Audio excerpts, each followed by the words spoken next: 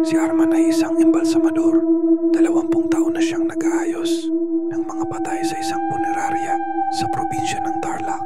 Sanay na siya sa amoy ng formalin, sa malamig na balat ng mga bangkay at sa katahimikan ng gabi habang ginagawa ang kanyang trabaho. Pero isang gabi, may dumating na hindi pangkaraniwang katawan. Isang lalaking nakaputi, mga 50 anyos, na natagpo ang patay sa gilid ng ilog. Walang kilala, walang pangalan, may basag sa bungo at nakanganga ang bibig na parang sumisigaw sa huling sandali ng buhay. Walang ID, walang papeles, sabi ng pulis. Gawin mo na lang ang dapat. Nang simulang linisin ni Arman ang katawan, may napansin siyang kakaiba. Basa ang loob ng bibig ng bangkay. Hindi pawis, hindi dugo, parang malapot na laway. Napakunot noo siya. Bakit ba sapat to? Bulong niya. Mainit pa ang laway.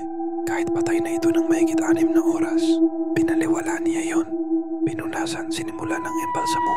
Pero sa bawat turok ng karayom, tila napapagalaw ang katawan.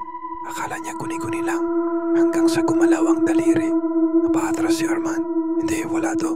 Reflex lang. Reflex lang yan. Lumapit siyang muli. Nilapitan ang mukha ng bangkay para tingnan ang mata, pero bigla itong bumuga ng malagkit. Nalaway diretso sa mukha niya. Mainit, amoy bulok. Napasigaw si Arman at napatumba.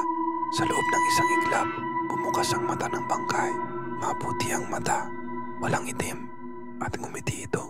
Ako'y buhay sa bawat laway na iyong nilunok. Napahawak si Arman sa kanyang leeg. Nasa loob na ito, mainit, gumagapang. Lumabas siya ng punerarya at tumakbo pa uwi. Nanginginig pero may kung anong bumubulong sa isip niya.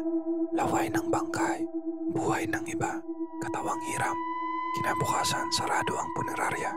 Nawawala si Arman at 1 linggo ang lumipas bago natagpuan ang isang bagong bangkay sa ilog.